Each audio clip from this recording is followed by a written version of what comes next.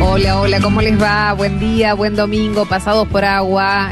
Qué cosa estos tiempos de fin de semana, estos tiempos donde de golpe vienen tormentas tremendas. Me acordé tanto de nosotros estos días. Mirá Hola vos. Fede, hola Gaby, hola Lucas, ¿cómo están? Bien, bien. Calores extremos, ¿no? Sí. De golpe baja la temperatura 10, 15 grados. De golpe viene una tormenta intensa y graniza.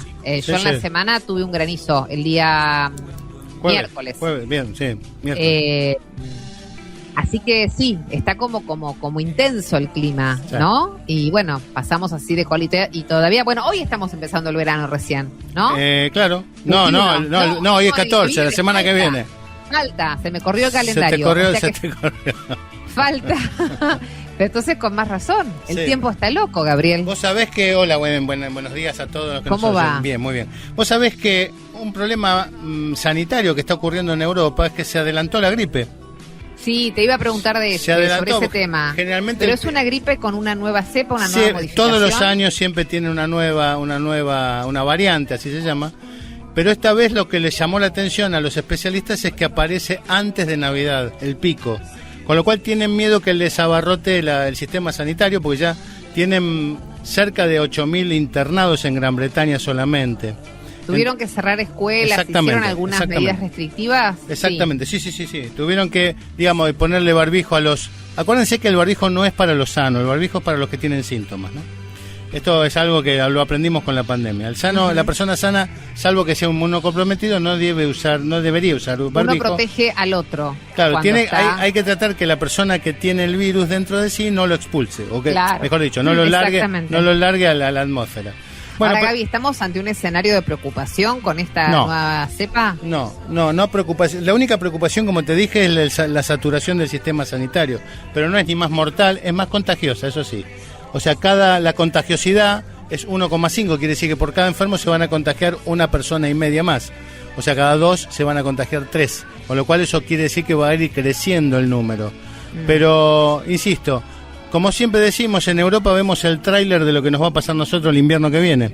Entonces están aconsejando que la vacunación antigripal no se tarde hasta mayo para vacunarse, sino que ya en marzo empecemos los que los corresponde, que recordemos mayores de 65 años, entre 6 meses y 2 años, y aquellos inmunodeprimidos o personal sanitario, vacunarse temprano el año que viene.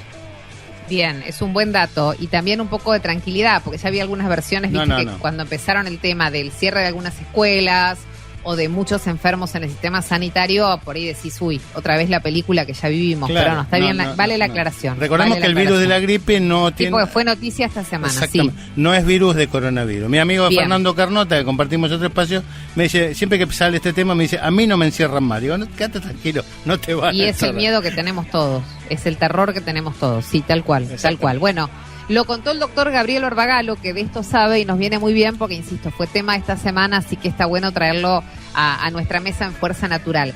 Fede López Feijó, Lucas Novoa en la puesta al aire y en la producción general, respectivamente. Vamos a empezar a desandar un día muy, muy lindo hoy porque tenemos un invitado muy lindo como es Boy Olmi, que es alguien...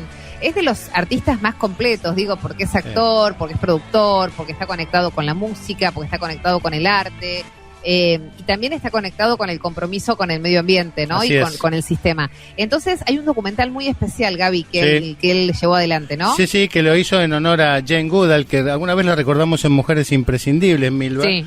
Que es aquella famosa defensora de los chimpancés, la de Gorilas en la Niebla, que falleció hace poco este año, y él hizo un hermoso documental y bueno, lo vamos a tener para preguntarle. La verdad que es un tipo encantador, Boy, ¿eh? Bien, estamos contentos de que venga a visitarnos. Bueno, el lado B de Gaby es rescatológico, la historia de los enemas. Primero que no sabía que eran pensé que eran las enemas. Es masculino, la palabra enema es masculino sería. Ok.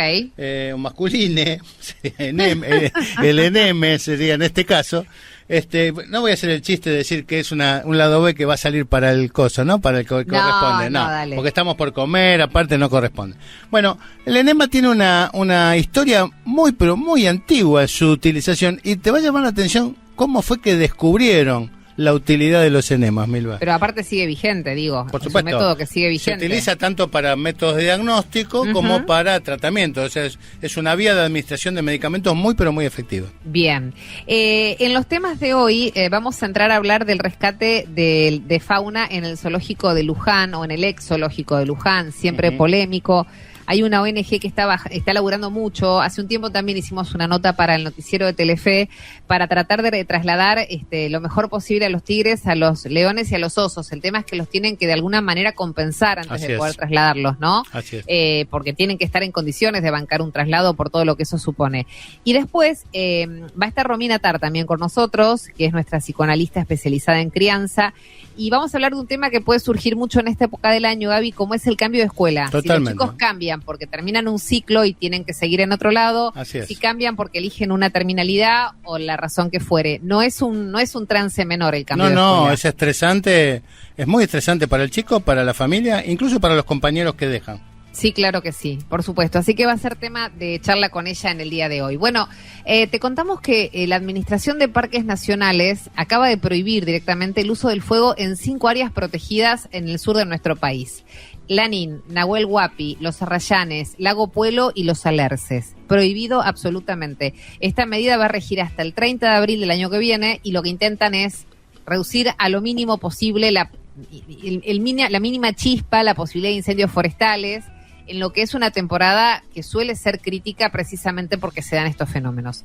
Bueno, toman esta decisión además en un contexto, como lo hablábamos hace un ratito, donde ya tenemos temperaturas sumamente elevadas, donde en el sur hay falta de lluvias y donde de pronto hay tormentas eléctricas que son muy intensas y que hace que se puedan activar también focos ígneos en distintas zonas. Entonces, como ya sabemos, la mayoría de los incendios, la gran mayoría de los incendios forestales en nuestro país tienen origen humano. Por error, por acción, omisión, intención, no intención, los empieza el hombre.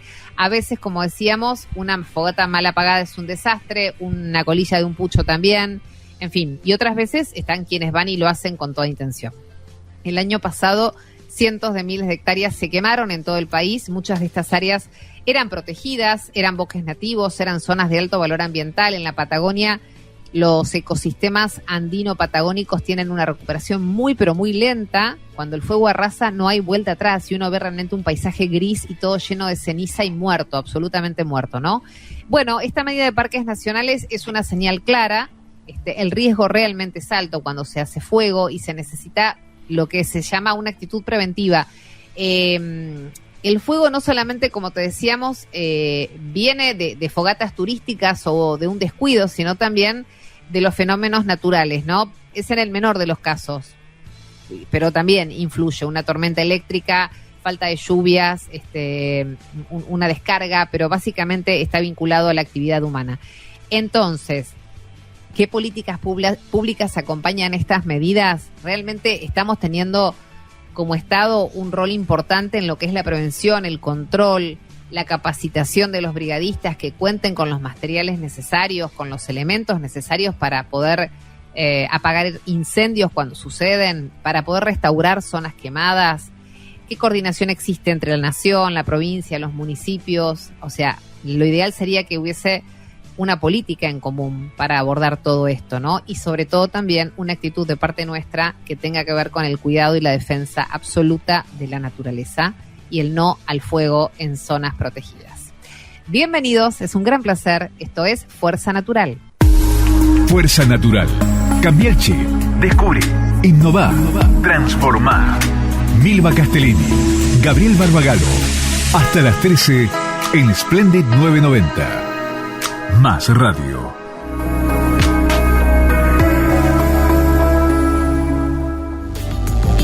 Bueno, qué placer tener la posibilidad de conversar con Boy Olmi, que nunca tuve la posibilidad de hacerlo y me pone muy contenta y te agradecemos un montón que estés con nosotros. Boy, bienvenido a Fuerza Natural. Gracias, Milva. Gracias, Gabriel. Sí, Fuerza Natural por lo pronto remite a dos cosas para mí. Primero, al querido amigo Gustavo Cerati. Tal cual, en nuestra cortina. Queridísimo amigo Gustavo. Y segundo, a esa fuerza que tiene la naturaleza para regenerar todo lo que tenemos que regenerar, porque hay tanto dañado que si no nos hacemos cargo y empezamos a hacer las cosas bien, esa misma fuerza natural se nos vuelve en contra y hay que aprovecharla para la vida y no para la destrucción. Así que Me gusta mucho ya estar en este programa con ustedes. Gracias, resumiste nuestro espíritu así en una frase, con esa capacidad artística y de dirección y ese espíritu tan vinculado a la naturaleza y el arte que tenés como pocos, así que lo has definido de una manera maravillosa y los agradecidos somos nosotros. Bueno, a ver, ¿por dónde empezar, no? Porque tenemos muchas cosas para contar, vamos a hablar de dónde estás y de lo que viene en las próximas semanas, pero en realidad estamos todavía muy conmocionados por el documental sobre Jane Goodall. Fue muy, muy emotivo todo lo que vimos, fue muy sentido, fue una convocatoria enorme de artistas y fue toda una movida que reivindicó un instante que nadie diseñó ni programó, viste, ni rodó intencionalmente, sino que sucedió y fue Más o menos, maravilloso. Más o menos. Yo ideé, programé y planifiqué que eso ocurriera así, solo que salió demasiado bien. Claro, o sea, quiero decir, pero soy enteramente supera las expectativas, ¿no? No me quiero jactar de nada excesivo, pero tuve la idea de juntar a Jane Goodall con ese grupo fabuloso de músicos argentinos. No, eso está claro, claro. Me refiero al abrazo del chimpancé, que fue la historia que primero dispara, ¿no? Ese momento fue sublime y lo que vino después lo terminó realzando. Sí, por supuesto que ahí está tu laburo y tu idea. Ok. A ver, son muchas cosas juntas las que citás y todas me conmueven mucho. Porque Jane Goodall murió hace 2 meses. Sí, tal cual. Y yo tuve la enorme tristeza de despedir una querida amiga y al mismo tiempo tuve la profunda felicidad y satisfacción de haber sido muy amigo de ella durante 15 años. Siendo ella una de las personas más importantes en la historia de los últimos tiempos. Es decir, el año pasado la condecoraron en Estados Unidos junto con Messi como una de las 20 personas más influyentes de la Tierra. Para los oyentes, para los que todavía no la conocieron, Jane es esa mujer inglesa que murió a los 91 años, pero que a los 25 se fue a vivir al África entre los chimpancés, cuando era un desafío impensable que una mujer joven en los años 50 se fuera al África, y transformó la historia de la ciencia primero a través de sus descubrimientos con los chimpancés. Luego se transformó en una defensora de la biodiversidad, de todos los bosques y de todas las selvas del planeta entero.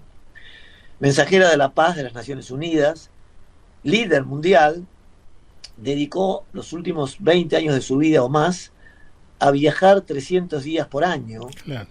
Literalmente 300 días por año de su cada año durante los últimos 20, lejos de su casa, para llevar la esperanza a los jóvenes y para trabajar en una organización que creó, que está en la Argentina, de 70 países más, que se llama Raíces y Brotes, o Roots and Shoots en inglés, y que es una organización que solo ayuda a los jóvenes con idea de querer hacer algo por las personas, por los animales, por el medio ambiente, por el otro, por el prójimo.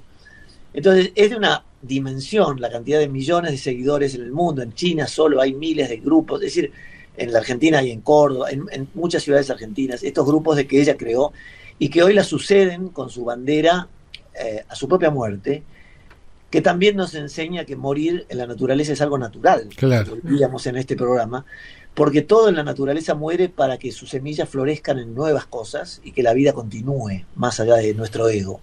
La vida continúa más allá de la muerte, no solo porque hay más allá, a lo mejor, sino porque dejamos semillas que florecerán en lo que viene.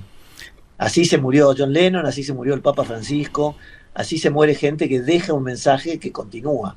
Gracias a Dios. Voy. Claro. ¿Cómo fue que te vinculaste con ella y cómo fue ese momento porque vos seguramente la conocías de antes, o sea, el momento que te enfrentaste a ella digamos, y hablaste y cruzaste las primeras palabras con ella?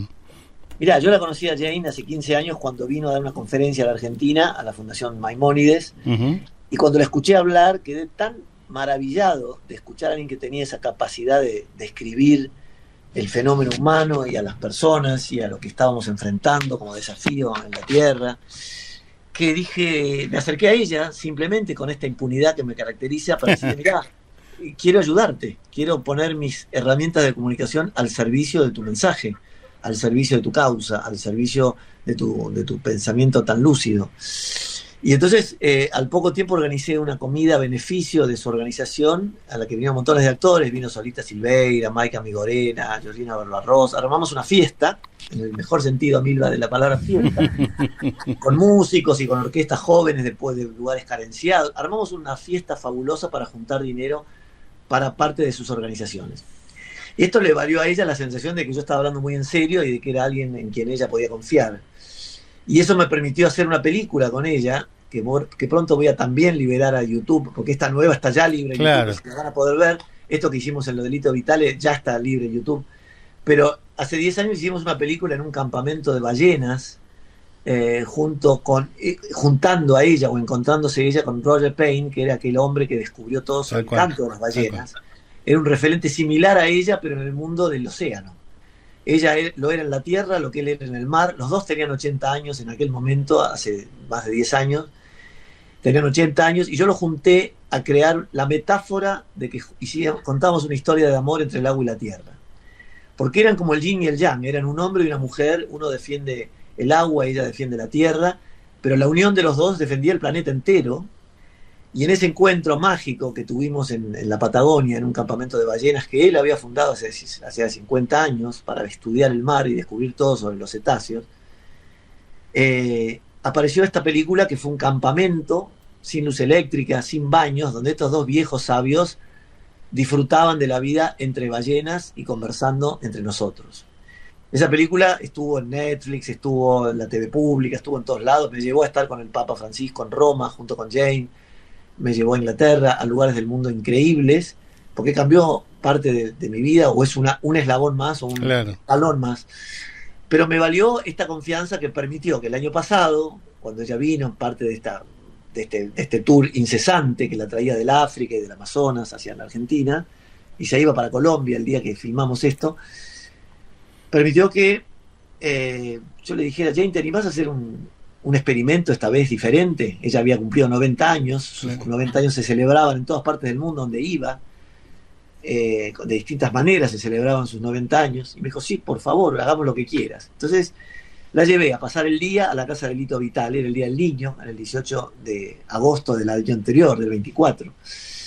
Y entonces en esa casa de Lito, fabulosa casa, que es receptáculo, nido de tantos encuentros artísticos, y Lito como anfitrión, como ese gran anfitrión que es, hicimos una rueda en la que estaba León Gieco, Kevin Johansen, Hilda Lizarazu, por supuesto, claro, Patricia Sosa, Elena Roger, Nacha Guevara, Nadia Larcher, que es como la nueva Mercedes Sosa, yo la descubrí ahí, David Tager, El Rayo, que es un rapero de Villa Fiorito, sí, Oscar Mediavilla, que era de Escoce, Natalie Pérez, tal cual, Benito Cerati. Aquí tenemos al hijo de Gustavo presente, en su fuerza natural. Estaba Benito, que vino ese día desafiando también cosas personales que lo tenían complicado, y vino igual porque dijo: yo quiero estar ahí. Estaba Facundo Guevara con su percusión, porque no había instrumentos, salvo Lito Vitale, que tenía el teclado, y Hilda Lizarazu, su mujer, pero además nuestra querida Hilda. Sí, claro. Estaba también allí, y estaba Katia Aleman, y estaba el exquisito de Nico Sorín, marido de Lula Bertolli, Eruca Sativa para todos nosotros, que después de este episodio me pidieron que los casara. Nico, después de este episodio, de este encuentro, me dijo: ¿me podés casar con Lula? Y yo dije: mirá, acabamos de hacernos íntimos amigos. Y me dijo: bueno, pero quisiera que nos cases. Y los casé en el mes de noviembre, unos meses después. Perdón, por favor, ¿puedes explicar un poquito más en detalle cómo es casar a dos personas que recién conoces? Yo había casado a otra pareja muy ilustre y muy querida, también de un músico, que es la pareja de Florencia Peña con Mariano Otero, claro.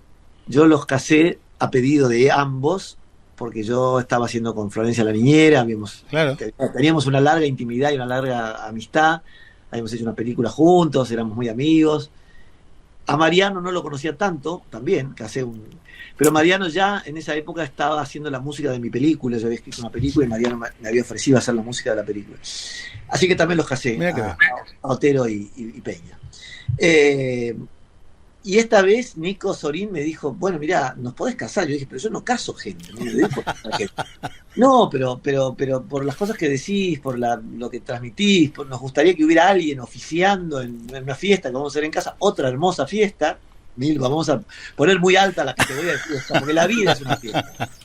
La vida es una fiesta que tiene mucha oscuridad, mucho dolor, mucho sufrimiento. Y cuando hay momentos para celebrar, hay que celebrar, definitivamente. Sí. Y sobre todo, mira, estoy releyendo a este sabio, que lo tengo acá en la mesa de luz porque me acabo de traer este libro, acá en la playa.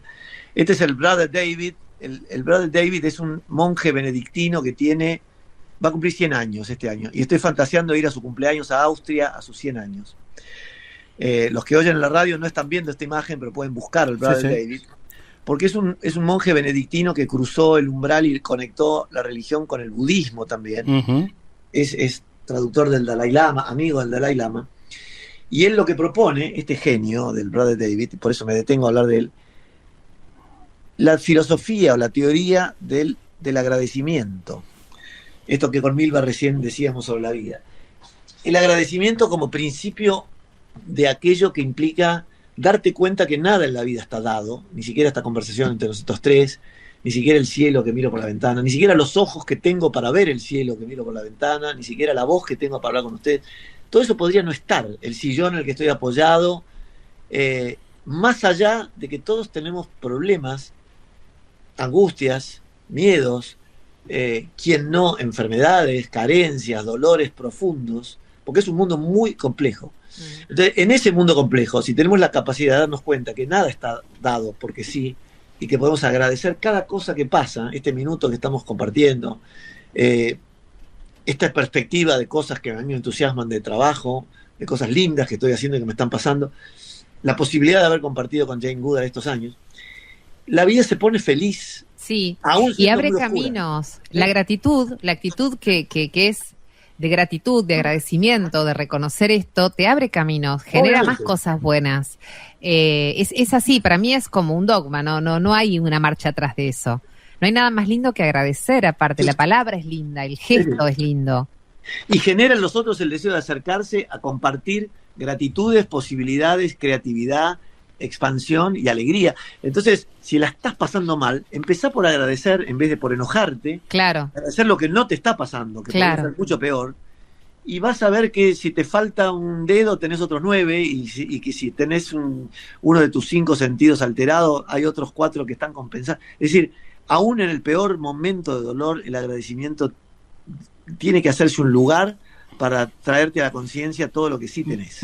Te hago una pregunta. ¿Vos qué? Ahora vamos a describir la película. Ahora retomamos te hago una cortita, pero una cortita. Es tan lindo hablar con él.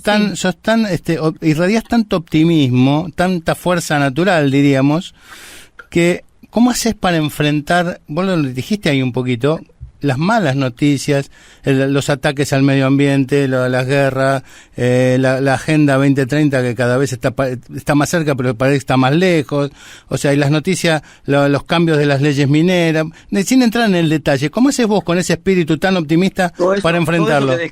Todo eso que describís me afecta muchísimo. Me imagino. Muchísimo. Son temas que están en mi agenda cotidiana de preocupación. La única cosa que puedo hacer yo es esto que estamos haciendo. Claro. Es ¿qué puedo hacer yo para enfrentar a toda esa oscuridad? ¿Y qué puedo hacer?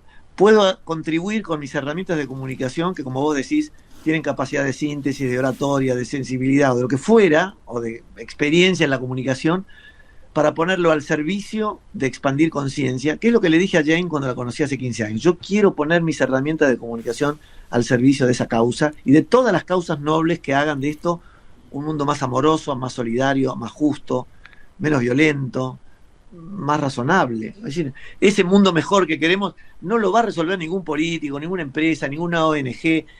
Lo tenemos que hacer entre todos. Correcto. Todos pueden contribuir. Hay mejores y peores gobiernos, hay mejores y peores empresas, hay mejores y peores ONGs, pero somos cada uno de los individuos que componemos la trama de la historia de la humanidad, que tenemos que entender que hay que vivir en armonía con lo que está vivo en la tierra, que además de nosotros son los animales y las plantas, que estamos en una casa finita, con recursos finitos, que es la tierra, y que tenemos que cuidarla porque estamos haciendo cagadas hace milenios y hace mucho tiempo, que nos llevan a decir, hoy está en peligro de extinción la especie humana. Entonces, no soy tan optimista como parezco, porque veo que hay peligro de extinción de nuestra especie. Puede ser que la Tierra sobreviva, pero que los humanos la terminemos antes de que nuestros nietos la puedan disfrutar. Y estoy muy preocupado. Por eso mismo es que uso un espacio como este para hablar de cosas que me parecen importantes. Y digo, ahí soy optimista, porque encuentro gente como ustedes que dice, che, estamos hablando todos de lo mismo. Así que hay otros que están haciendo cosas horribles, pero cada vez más tengo conversaciones como esta. Ayer hice una parada en Mar del Plata para la declaración de la bioregión Pampa Atlántica, que es una alianza empresarial, totalmente económica, que conecta los municipios, las empresas, el sector público, privado, la universidad. Estaba la rectora nueva de la universidad, la primera rectora mujer de la Universidad de Mar del Plata. Había empresarios, había intendentes, había fuerzas, había emprendedores. Y fui a firmar ese manifiesto en Mar del Plata, en un acto en el que participé, creando la bioregión de la Pampa Atlántica, que es un territorio enorme que va, no sé exactamente de dónde, pero que abarca toda la costa, más mitad de la provincia de Buenos Aires, pensando que si nos ayudamos juntos a hacer cosas, la vamos a hacer mejor. Entonces, todos los días me estoy encontrando con oportunidades, no solo para hablar, sino para accionar en ese sentido. Volvemos al documental bueno, ya nos anticipaste la película que viene, que ya estuvo en algunos canales, en algunas plataformas.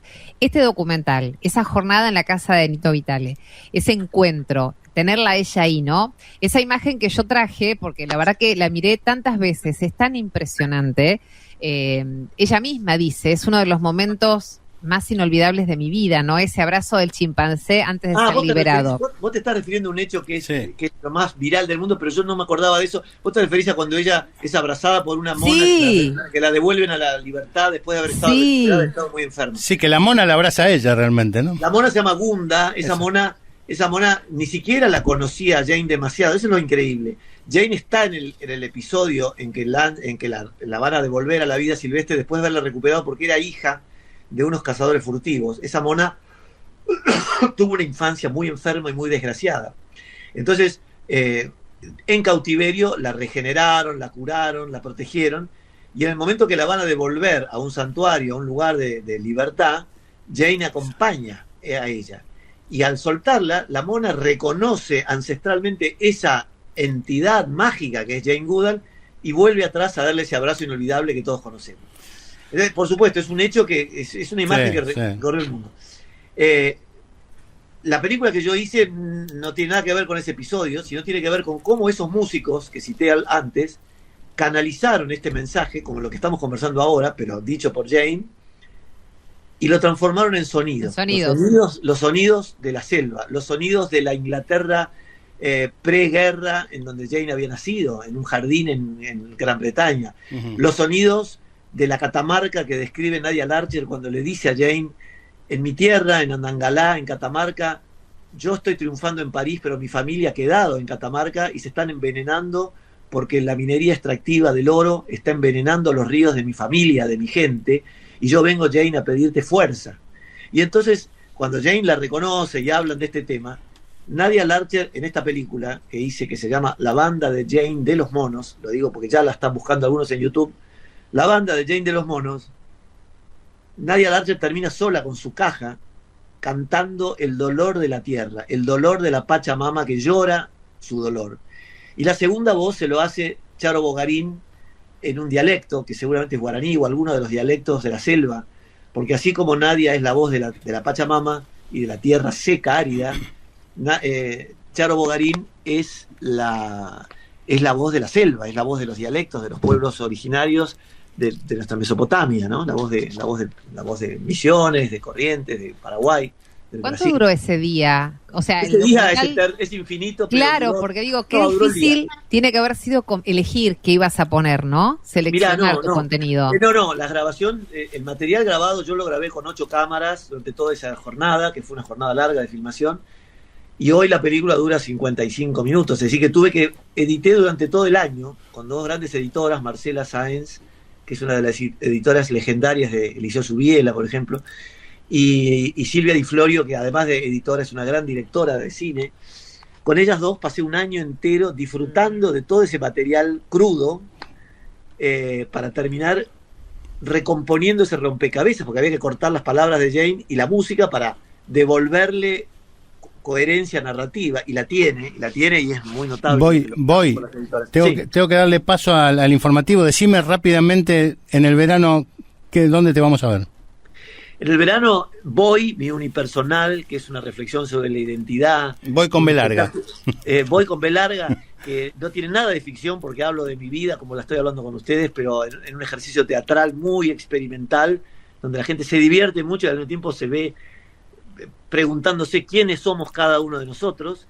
Este Voy se va a presentar, después de que tuvo un éxito feroz en el Picadero, a donde va a volver en febrero. Se va a presentar el 11 de enero en Mar del Plata, en Villa Victoria, la Casa de Victoria Campo. Sí. El 13 de enero en Necochea, en el Devoto. El 14 de enero en el Teatro Astral de Miramar, qué buena memoria estoy ejercitando para Muy esto. bien. Y así que va a haber un día en Mar del Plata, un día en Miramar, un día en Necochea, a mitad de enero. Perfecto. Y después, a partir del 22 de enero, va a estar en Punta del Este, en el Portal Bosque, donde se gestó esto, porque Yumi Gauto, su directora y autora y compañera mía en la gestación del Voy, vive y trabaja ahí en el Portal Bosque, que es un lugar explorativo, fabuloso, que existe un lugar de artes y naturaleza en Punta del Este, en Uruguay. Entonces ahí voy a ir a hacer funciones al bosque, al aire libre. Y después vuelvo al Picadero en febrero y marzo. Y después voy a hacerlo en España, en Barcelona. No vas a parar más, amigo. Si estás en Madrid, me podés ver en Madrid. No, te puedo ver acá también. Después de esta charla, les recomiendo que busquen ya en YouTube la banda de Sí, James por supuesto. Obvio, sí, claro que sí. Seguramente. Porque es maravilloso. Bueno, me queda corto el tiempo con Voy, pero siempre, qué placer. Gracias. Es la primera vez que conversamos, Milva, vamos a seguir conversando toda la vida. Ahí está, me encantó. Gratitud absoluta y sigamos conversando, que es un placer escucharte de verdad. Gracias por tu tiempo. Besos y abrazos. Chao, gracias. Chao. Qué lujo, Voy Olmi con nosotros. Me encantó esta entrevista. Se me va el tiempo a mí, no tengo idea. Nos vamos a la pausa y al informativo, Milva. Ya Dale. Fuerza Natural. ¿Qué podemos hacer para construir un mundo mejor? Tenemos algunas ideas. Milva Castellini, Gabriel Barbagallo, hasta las 13 en Splendid 990. Más radio. Fuerza Natural. Cambia el chip. Descubre. Innova. Transformar. Milva Castellini, Gabriel Barbagallo. Hasta las 13 en Splendid 990. Más radio.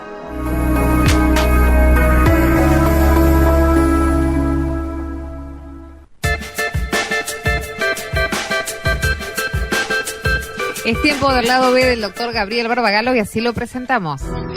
CIFEME es un sistema integrado por más de 750 empresas de medicina prehospitalaria, brindando cobertura en 20.000 localidades, lo que la hace la red de emergencias médicas de mayor alcance. Un solo teléfono, una sola factura, todo un país. Nuestro centro de contacto certificado bajo normas ISO cuenta con profesionales altamente capacitados que gestionan servicios de alta complejidad hasta en las regiones más apartadas de nuestro territorio. CIFEME, la red de emergencias médicas más grande del país. Bien, y decíamos en la presentación que el lado B de hoy es la historia de los enemas. O sea que cuenta la historia que en los tiempos de los antiguos egipcios, mientras estaban estos tipos muy tranquilos construyendo pirámides, alguien vio a un ibis, ese pájaro considerado sagrado, meterse agua en el cuerpo, precisamente valiéndose de su largo y encorvado pico. Lo llamativo era que introducía el líquido, precisamente por su orificio anal. Claro, aquellos espectadores tenían dos opciones. O se asombraban de las costumbres raras de esas aves, o entendían que si la naturaleza mandaba esa conducta, era porque algún beneficio tenía. Y así nació el enema, inspirado no en un dios ni en una revelación, sino en un pájaro literalmente metido en sus asuntos. Los sacerdotes del antiguo Egipto elevaron esta práctica a la categoría de rito sagrado y a partir de ese momento se comenzaron a utilizar los enemas para purificarse, para sanar. En pocas palabras, se hacían enemas para que el faraón fluya hacia la divinidad. Dicho esto, obviamente con todo respeto, ¿no? Siempre supimos que los griegos adoptaron prácticas que heredaron de las civilizaciones pasadas y desde sus reconocidos médicos llegaron a la conclusión que si la salud está en equilibrio, ¿por qué no equilibrar las entrañas con un poco de agua? Hipócrates, el primer gran médico, creador del juramento de la profesión, recomendaba habitualmente hacer enemas con la misma naturalidad y frecuencia con la que recomendaba caminar o respirar. Para él la pureza intestinal formaba parte de una vida saludable. En Roma, entre tanto, los spa, sigla que significa salute per aqua, o sea, salud por el agua, incluía baños, masajes y la realización de enemas por parte de un esclavo entrenado con una jeringa de un tamaño intimidante. Según algunos revisionistas, América era un continente ya conocido por ciertas poblaciones del mundo y no fue un descubrimiento sorpresivo del pobre Cristóbal. Tan es así que existen evidencias de muchas prácticas y costumbres milenarias similares en ambos lados del mundo desde la antigüedad. Por tal motivo, no es raro el hecho de que en las selvas de América los mayas tenían una versión más fuerte acerca del tema que nos convoca en este lado B, pues hacían enemas con extractos de tabaco o con plantas visionarias, lo que supone que de esta manera entraban en estados alterados de la conciencia, un estado de narcosis que ingresaba al organismo precisamente por ahí. Y llegamos al Renacimiento, más precisamente a Francia, donde los nobles descubrieron que podían presumir de los enemas como quien presume de un calzado nuevo. Era considerado una práctica noble y de abolengo. Cuentan las crónicas que Luis XIV se aplicaba tantos enemas que algunos historiadores consideran que el 20% de su agenda estaba ocupado por sus tareas diplomáticas y el otro 80% dedicado a la irrigación de sus tripas. En aquella época había a disposición de los nobles enemas florales, enemas tibios, de leche, de vino y hasta enemas perfumados. Era la época en la que uno podía entrar a la corte y preguntar, ¿a qué huele?, esperando una respuesta acorde al linaje del anfitrión, ¿no? Ya entrado el siglo XIX, el de los grandes descubrimientos médicos, los enemas se volvieron más razonables y comenzaron a formar parte del arsenal de herramientas terapéuticas de la medicina moderna. Se inventaron cánulas, se diseñaron irrigadores con catálogos que los vendían cual si fueran electrodomésticos. En la actualidad, los enemas viven una doble vida, una más seria y científicamente comprobada, que se utiliza en hospitales para preparaciones quirúrgicas o como tratamientos de problemas intestinales, y otra con menos sustento científico y más propia de la medicina alternativa, que la aconseja en centros de desintoxicación, donde prometen que te vas a sentir mejor al vaciar el contenido de tu intestino. Al fin y al cabo, es una práctica que se realiza hace miles de años, que fue copiada de un pájaro y que sobrevivió a todo revisionismo científico. Una historia más de la medicina que usted, mi querido oyente, merece conocer. Fuerza Natural. Se puede. Podemos. Un mundo mejor es posible. Milva Castellini. Gabriel Barbagallo. Hasta las 13 en Splendid 990.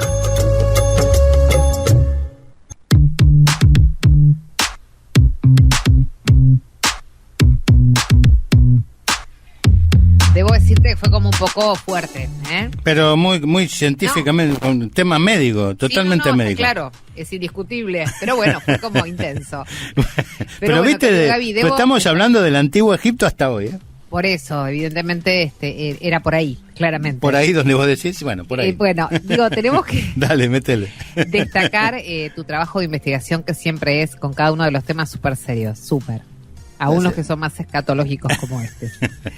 Dicho esto, vamos con los temas de hoy. Bueno, hablábamos en la apertura del zoológico de Luján, que avanza en una de las misiones de rescate animal más grande del país, porque la organización 4Pounds, Cuatro Patas, está muy enfocada en poder rescatarlos, generar bienestar primero, recuperación en su estado y llevarlos a lugares de fauna silvestre. Se hicieron cargo de 62 felinos grandes que habían quedado a la deriva de alguna manera, ¿no? Y de 2 osos que permanecen todavía en el predio desde que cerraron el lugar y ahí los dejaron. Bueno, no es fácil trasladar animales así, es mucho el estrés, es un operativo que se programa y se proyecta durante mucho tiempo. Están trabajando desde agosto junto a veterinarios y técnicos locales. Encontraron todo un esquema de instalaciones muy vetustas, muy deterioradas, no eran las mejores condiciones de vida para ellos y realmente creen que se trata de un milagro que hayan sobrevivido, que no se haya escapado ninguno, que no se hayan lastimado, Por eso empezaron por reforzar la seguridad del lugar donde están mientras tanto y mejorar las condiciones sanitarias de cada ejemplar antes de iniciar el traslado. Así que ojalá suceda pronto y lo mejor posible para ellos, ¿no? Así es, vos fíjate que Fort Paws llegó al país con un acuerdo con la Subsecretaría de Ambiente y su objetivo es estabilizarlos a los animales, avanzando en un plan de traslado hasta santuarios especializados, pero fuera de la Argentina, donde puedan vivir en espacios adecuados y con atención permanente. Algunos traslados ya están en preparación, entre ellos los 2 osos conocidos como Gordo y Florencia, y la tigresa, si se dice Flora, que tendría destino en centros de rehabilitación internacionales, Milva. Realmente el laburo que hacen es enorme. Sí. Y el estado, quiero hacer hincapié en esto, Gaby, el estado en el que los encontraron era realmente dramático, ¿sí? Y todavía sigue siendo delicado al menos, ¿sí? Muy, pero muy delicado. Cuando dijiste el Estado, pensé que iba a decir el Estado participó. No es así. No, el Estado de salud, quise decir, el Estado general. El Estado calamitoso que tenían. Sí, y además, todos en algún momento estuvimos en ese zoológico. Hubo tiempos donde naturalizábamos ciertas cosas o no las veíamos mal, vamos a hacernos cargo de todo esto. Obvio. Porque no pasó hace 200 años, o sea, yo llegué a llevar a Martiñano a ese lugar. Obvio. Tal vez no tenía todavía la posibilidad de visualizar. Sí, entrábamos con el auto y se acercaban los animales al auto, ¿te acordás? Sí, era una salida. A la jaula de los leones, era una salida más, Sí, pero vos lo revisás y decís, no era por ahí. No era por ahí, pero bueno, no lo vimos, lo estamos viendo ahora. Realmente me conmueve mucho y me daba pena. Eso sí me sentía pena. Había algo raro. ¿Viste cuando vos estás en un lugar que no terminás de saber qué es lo que está pasando? Al revés de lo al revés de lo que decía Boy. Ahí había mala energía. ¿No? Bueno, y hablando de Boy, acordate que la nota que hicimos con Boy, más todas las demás, quedan en YouTube en Fuerza Natural Radio. Tenemos que hacer una pausa cortita. Pausa. Fuerza Natural. Se puede. Podemos. Un mundo mejor es posible. Milva Castellini, Gabriel Barbagallo, hasta las 13 en Splendid 990.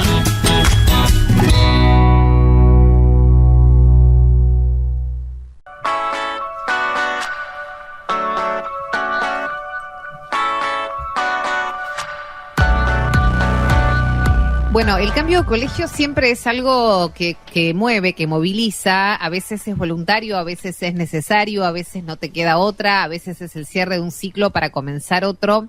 Como sea, es un momento especial, es particular. Por eso hoy, que siempre es un placer tenerla con nosotros, nuestra querida Romina Tar, especialista en todo lo que tenga que ver con crianza, fundamental para nosotros. Vamos a hablar de este cambio de escuela, querida Romy, como psicoanalista especializada, cómo abordar ese momento, sea cual fuere la razón. Bienvenida, ¿cómo estás? ¿Qué tal? ¿Cómo andan todos, todas? Hola Milva, hola Gaby. Hola. Sí, la dificilísima tarea de elegir una escuela, ¿no? Es muy importante pensar que la escuela es un espacio significativo en la crianza de niños, niñas, jóvenes. Y es el primer espacio exogámico, ¿no? Es el primer lugar que los niños acceden por fuera de las fronteras de la familia, por fuera de la mirada de la familia. Y es en ese espacio donde se encuentra con otras maneras, con un abanico distinto, con la apertura del mundo, con otras maneras de pensar, de sentir, de mirar, de otras experiencias, otras historias, diferentes formas de resolver los conflictos, de poner límites. Entonces es muy importante pensar el tiempo que transita en esa institución y cuán formativo es ese tiempo. Entonces nos encontramos con distintas instituciones. Es importante poder conocer que hay distintos tipos de pedagogía, distintos tipos de características de escuela para poder elegir la que es más apropiada para cada niño, para cada niña, para cada joven. Pero antes que eso, me parece que es importante pensar que no en todos los niveles educativos se elige de la misma manera. Por ejemplo, si vamos a elegir una escuela para nivel inicial, tenemos maternal, tenemos sala de 3, 4, 5. Ahí por ahí elegimos un jardín que pueda tener, que pueda ser más chiquito, que sintamos que esos chicos pequeños pueden estar más contenidos, alojados, cuidados, mirados, como con espacios más reducidos. Por ahí si ya pensamos en la elección de una escuela primaria, hay otros elementos a tener en cuenta, ¿no es cierto? Ya conocemos características de esos niños y niñas, podemos preguntarles a los docentes de jardín y en función de eso elegimos con otras herramientas de conocimiento. Y ni hablar en la escuela secundaria, la escuela media, donde los chicos tienen una intervención mucho más activa, ¿no? Una mayor capacidad de reflexión, de poder pensar qué les gusta, qué les interesa, cuáles son sus deseos, y tenemos que poder también como adultos, escuchar esos intereses de ellos para poder habilitar una búsqueda de una escuela que vaya en esa línea. Pero bueno, hay diferentes elementos a tener en cuenta, y si bien las familias no son expertos en pedagogía, está bueno que conozcan que hay pedagogías que son más conservadoras, donde son más verticalistas, el saber lo posee el docente, el alumno lo recibe, de manera más pasiva, retiene la información, la memoriza, rinde evaluaciones, está más atravesada por la disciplina, y hay otras corrientes que tienen que ver más con otras formas de transmitir lo pedagógico. Está el constructivismo, que el saber no lo tiene ni el docente ni nada, sino que circula entre el docente y el estudiante con un rol muchísimo más activo, donde en los saberes previos que tiene va construyendo los nuevos conocimientos, las nuevas adquisiciones académicas, pedagógicas. Después hay otras pedagogías como la Montessori, que apuntan también a la autonomía de cada niño, cada niña en el conocimiento, y respetar los tiempos internos personales de cada chico y cada chica. Entonces, si bien no somos expertos en pedagogía, está bueno saber que cuando vamos a una entrevista en una escuela, vamos a escuchar algo de esto. Y hay que darle mucha bola a la percepción, a esa intuición que uno tiene cuando transita una escuela nueva, una institución nueva, cuando vas a una entrevista, cuando caminas por esa escuela, ves a los chicos, a las chicas en los recreos, ¿cómo están? A mí me ha pasado en lo personal, perdón por la autorreferencia, sí, pero escuchándote atentamente, entrar a un lugar, pasar unos minutos, comenzar la entrevista y decir, yo no tengo nada que ver con esto y mi hijo tampoco. Exacto, eso es lo que digo, hay que confiar en la intuición. Acá no tengo nada que hacer ni que ver, y no digo que esté ni mal ni bien lo que hacen y dicen, pero yo acá no tengo nada que ver. Pero viste que ese clima escolar transmite, ¿no? Uno dice, bueno, vos ves que los chicos están sentados, relajados, están como pasándola bien aparte de estudiar, o por ahí hay no sé, familias que buscan un clima escolar con mayor disciplina, más ordenado, ¿no? Como mucho más rígido. Todo es válido. Hay escuelas de diferente tipo, por eso digo, es importante tener en cuenta estos elementos. Ahora, el problema, yo las escucho ambas, y me parece bárbaro siempre y cuando la familia pueda elegir. ¿Cómo gestionás la angustia de un chico cuando realmente lo tenés que mandar a un colegio y es la única opción que tenés, ¿no? ¿Por qué la única opción, por ejemplo? Porque económicamente no tenés otra opción. Claro, pero porque geográficamente no hay otra. O sea, te pongo ejemplo, hay familias, no todas las familias pueden elegir a qué colegio mandar, creo, ¿eh? No, seguramente, pero por eso digo, hay diferentes alternativas. Tenés homeschooling, que es la posibilidad de estudiar en tu casa. Hay distintas alternativas hoy por hoy. Obviamente tienen que tener acceso a lo virtual, no todo el mundo lo tiene. Pero bueno, esto vos dijiste algo muy interesante, que es otro de los elementos a tener en cuenta para elegir una escuela, ¿no? La cercanía. Hay familias que priorizan la cercanía, ¿no? Sí, claro. Que no quieren que estén horas, trasladándose. Una cosa es la educación inicial, la primera, otra cosa es la educación secundaria, donde ellos sí tienen autonomía para trasladarse. Pero bueno, otra de las cuestiones importantes, jornada simple o jornada completa. Esto es importante también tener en cuenta que es en función de la organización familiar. Hay familias que trabajan, todos los referentes, de crianza, trabajan por fuera de su casa, y no queda mucho margen para poder cuidar a un niño, una niña, un adolescente, estar ahí, mirarlos, cuidarlos, estar atentos. Entonces por ahí sí necesitan la jornada completa. También es importante pensar cuáles son las características, y la escuela que sirve hoy tal vez no sea la de la primaria, tal vez no sea la escuela de la secundaria. Claro. Porque los niños, niñas, los jóvenes son dinámicos y cambian constantemente, y no hay que tener miedo al cambio de escuela. No hay escuelas perfectas. No todas las escuelas son para todos los niños, ¿no? Claro, y a veces te das cuenta en el tránsito durante el año. Uno no conoce una institución hasta que no ingresa a la institución. Puedes tener algo de la percepción en relación al clima escolar. Pero te pasa hasta con el trabajo, un trabajo nuevo, nunca sabrás hasta que trabajes ahí.